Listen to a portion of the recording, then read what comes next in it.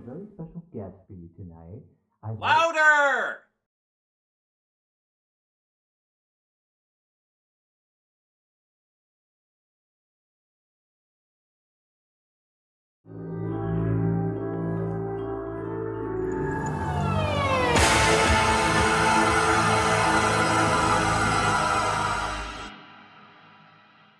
I'm Cam. I am Nick. I'm Ryan. And I'm Binky. Binky! We have a Binky on! So we have Binky Beauty, here because grace. we are in episode 26, Curse of the ShadowBorg. This is the beginning of probably the end of quality until season 2. We're optimists, ladies and gentlemen. Episode 26. Optimists. There are 53 episodes in season 1. Yeah. It's a little egregious how long it took to get to here and how long it gets to get to the end from here. That means it's going to take another year, theoretically, for us to reach the end of season 1, which means it'll probably take another 6 months to reach the end of season 2. It's one of the few times that an episode actually seemed to end too early for me. I genuinely went, it's over, like as soon as Right. it That was was very fast, I agree, yeah. They just throw us right fucking into it because they're already in their Beetleborg armor fighting the 3 Magnivores and are like evenly matched with them, and it's not comedic. They're literally just in a brawl. Your days are numbered! I didn't know you could count. Hey, Roland, how's your grandma? I heard her is extra fishy. He's like, no, I meant it as a compliment before he gets like super sped into oblivion. It's so much worse because it fits his character.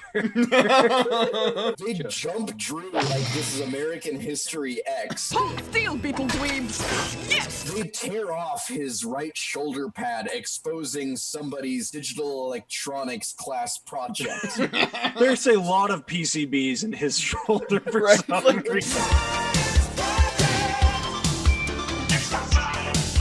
They rip that shoulder panel off and they run off. This is the first time we've seen like legit damage to any of the Beetleborgs. That stayed for a significant amount of time. And right when Jara is holding up the shoulder panel is when it shows directed by Gabe Torres. I think that's perfect. 100%. The kids run to Hillhurst and the monsters are like flipping shit because they think somebody's in the house. They're all plotting to murder someone. It's very disturbing. I wasn't paying attention at first because I like missed the initial talk with them. I just came in and like each one describing how they're going to. I'm gonna hawk off his leg. Yeah, Frankie's got an We can have the axe. bones. Yeah, Yeah, like Frankie comes in like he's gonna chop up the kids and just like drives an axe into the floor right in front of them. Drew brain powers a poker table into the center of the room. They just start playing poker with all the monsters. Get rid of that intruder fast! These guys have the attention span of a fruit fly! The kids run into the other room while the monsters are playing poker, and motherfucker, this kid falls through the fucking ceiling. Just straight up. I don't like this kid. Oh, do not guys, like I this just, kid. well, I may have just realized who they were talking about chopping up earlier. Yes. Is it The this kid? dude that fell through the fucking ceiling. It's fucking Josh. So, I do not like this kid. I do not like the way he is portrayed in the scene. I do not. Oh, his name is Josh Baldwin, which is an unfortunate last name. Joe catches him using her super strength, and he just like brushes it off. He's like, "Oh, you're strong, kid." Despite her being like 3.5 feet tall. Right.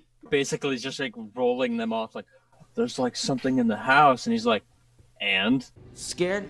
Figures. I didn't see anyone. That doesn't scare me. You're just a kid. They're like, we should really leave, and then they tell Flabber to go like keep the monsters distracted, and he just goes back to playing poker like nothing happened. They're all betting. Fucking Frankie throws in his left hand. You get to see a lovely stereotypical bone coming out of stump and a very obviously hollow plastic hand. Mums raises him an eye. He pops his eye out and throws that into the pot. And then Wolfie somehow wins. We get Flabber's horrendous shape-shifting at this point. Boring! More. Bigger. Bigger? I can do that. How about And then it goes back to normal, and it gets that filter that makes people's mouths look really big. It's that. It's just like a warp. The kids run outside, and they're out in the orchard. Josh has got his bike. This house is the coolest thing in town. Oh, that and Zoom Comics. Because those are the only 2 sets we can afford this episode. Roland's like, yeah, my family owns that shop. Yeah, you'll have to come by and I'll show you around.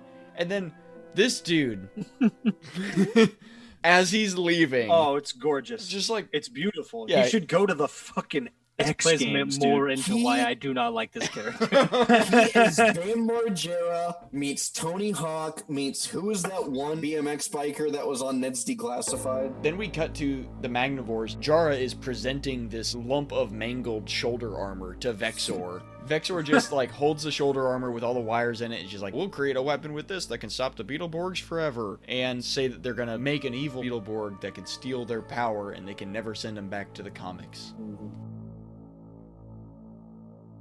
Cut to the comic shop, and there's a big sale big sale tomorrow because they're closed to restock. Right. There's a big sale. Oh, the opposite. Sorry, it's closed entirely. That's my bad.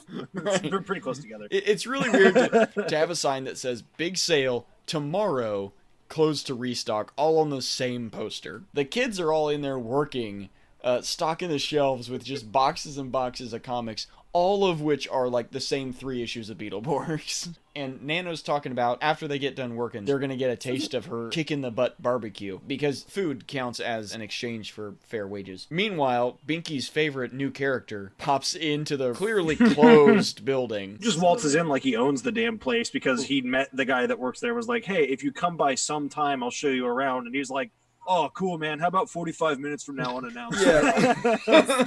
No, Imagine guys, if you I had guess said I'll that let you him wanted in. someone to come over and hang out one day, and they just kicked your front door in an hour after you said that. One of the few subplots, is that Drew likes Heather but doesn't have the balls to say anything. Trip and Van are always hitting on her. This new kid just randomly... This is a classic.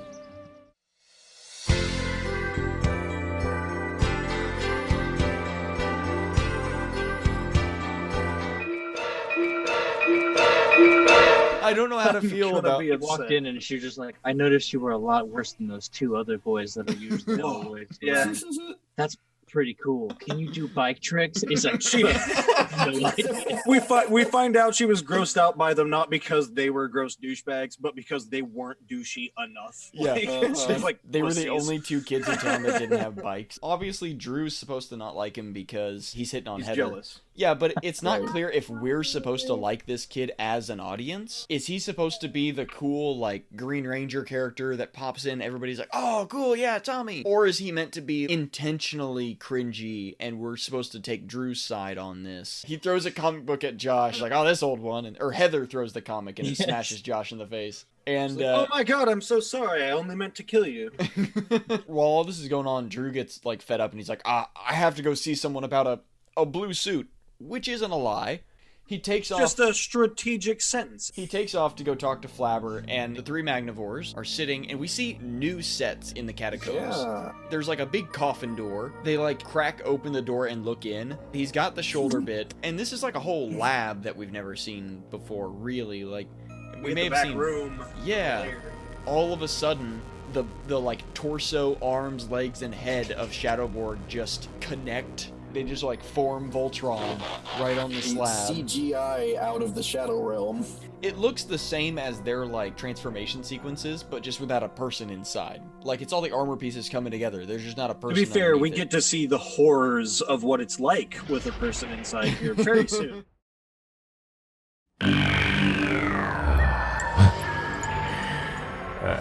Arise, ShadowBorg!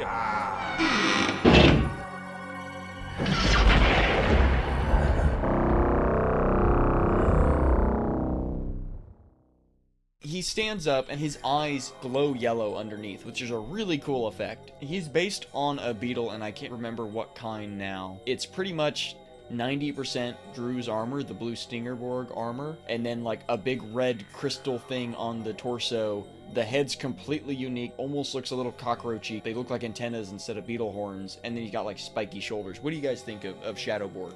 I think he's pretty damn cool. He's got a really unique voice. This weird robotic filter thing going on. He's got like a legit like villainous voice compared to everyone He else. actually sounds menacing. As you command, Master. His design is based on the Longicorn beetle. Okay. Yeah.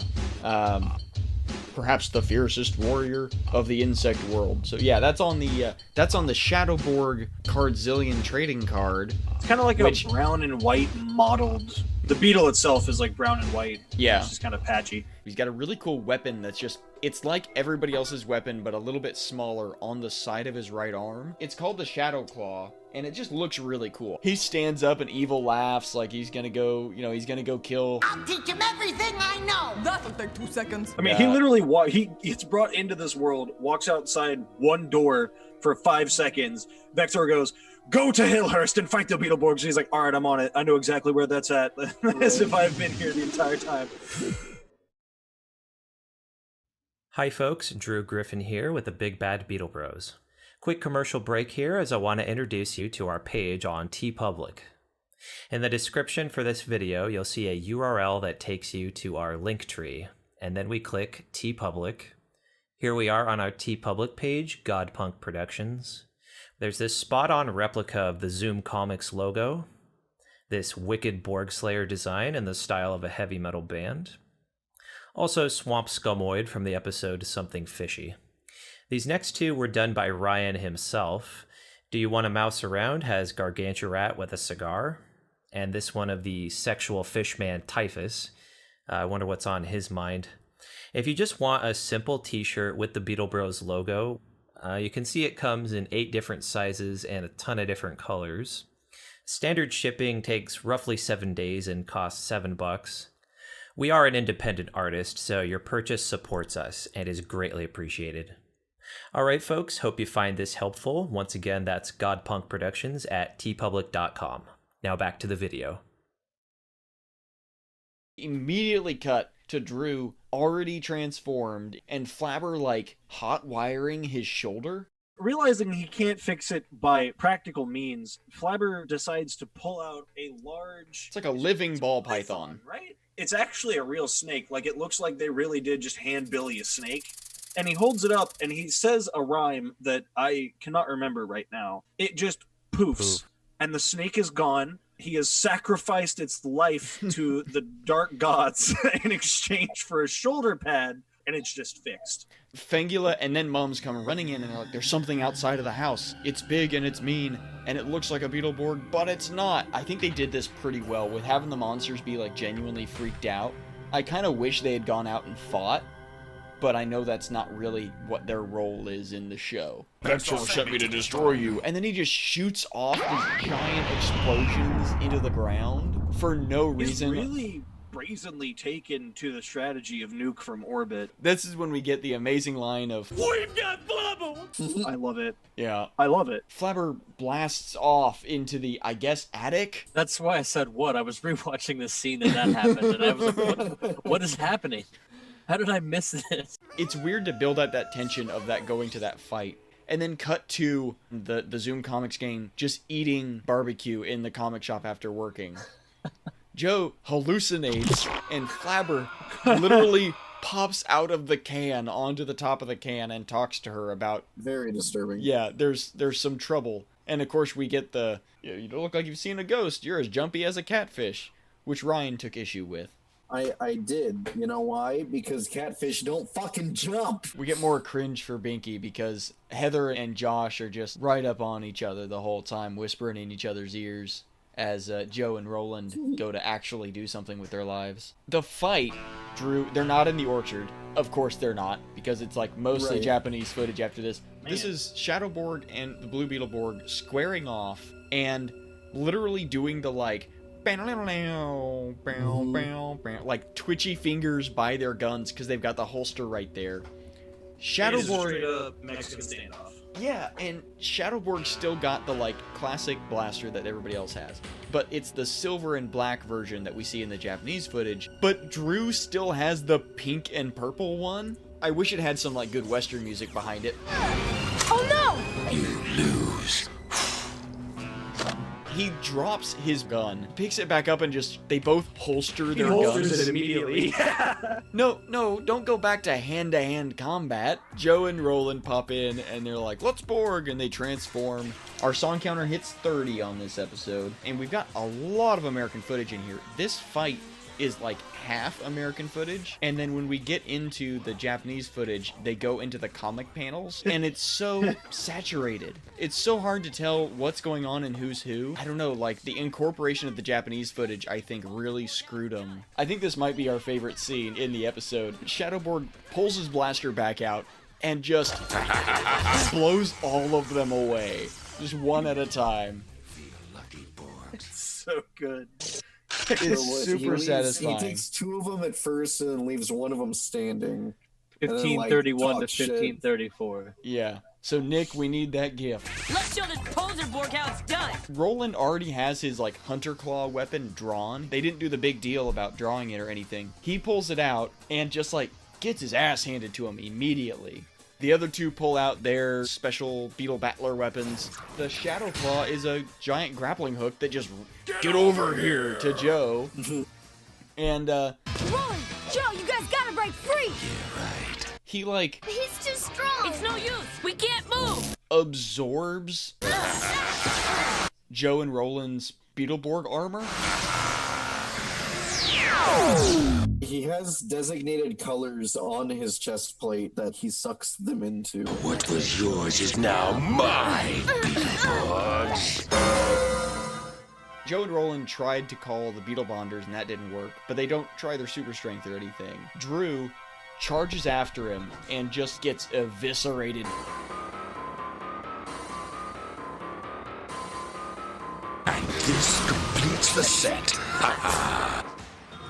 Lo and behold, a little blue gem pops up on ShadowBorg's chest. He absorbs that armor. You won't get away with this. I just did. And then just yeets the fuck out of there.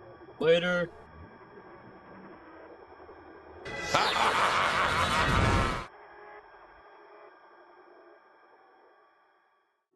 We immediately were like, wait, are all their powers gone?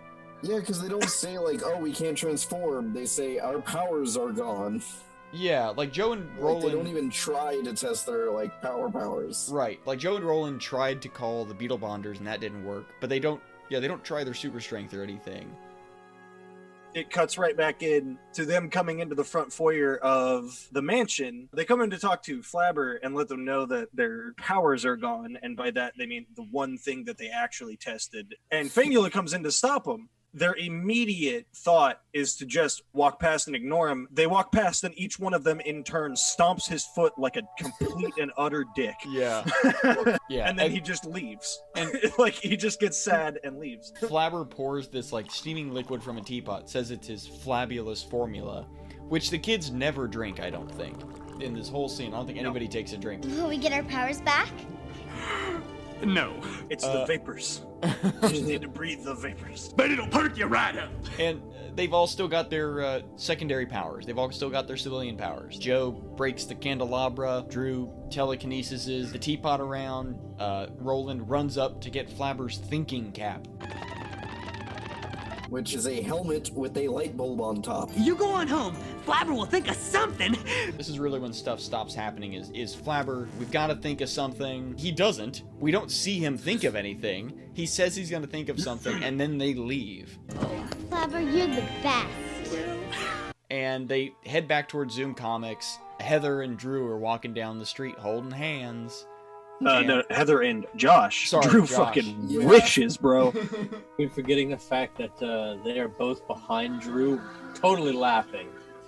Oh, yeah. Yeah, Joe and Roland are just talking shit. Laughing at Drew. Like, dude, that's your girl. You ain't gonna do nothing. Fuck you, kid. Someone tore your shoulder off today and then made it into an entity that stole all our powers, and then they stole your girl. Bad day. Bitch. And then we get bitch in here. We get a really cool new end credit scene. That's the just the hands of the monsters is the shot, and it's them playing poker. I really like that. I think that was a really cool. Yeah. So that's the first episode of the ShadowBorg arc. That's the Curse of the ShadowBorg. And it has begun. So the end of Charterville as we know it.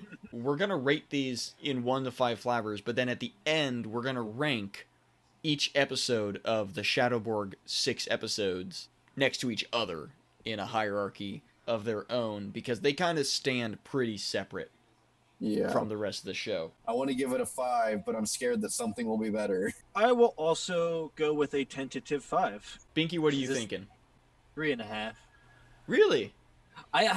It felt like a very... You really hated Josh. Starting in, it was interesting, but then everything felt rushed to the very last scene, and it didn't feel like there was a lot to the episode. Okay. That's fair. To be fair, lacking parts were the fight footage. I mean, this is filmed like a movie. It's not like trying to be your typical episode. So like I was trying to like see it for what it was. It feels like if you were to go to the scene section, like on a DVD, and you were just to watch the first page. That's all I feel we really got in this episode. Yeah. It was too little to...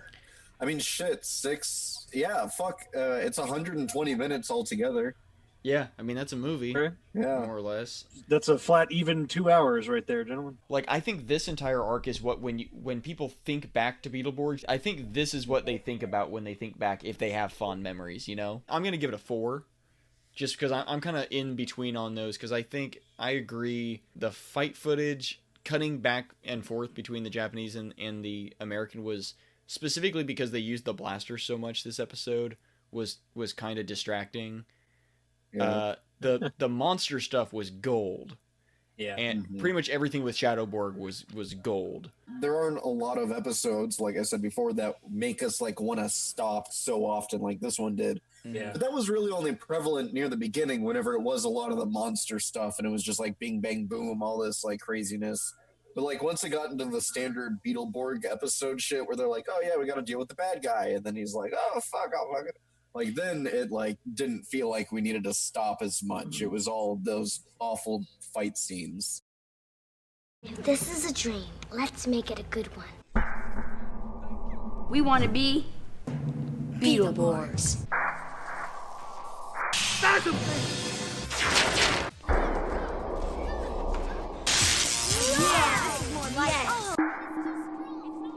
It's time to try out our new powers.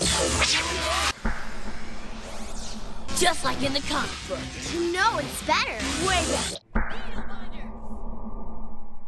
Not so fast. Yeah.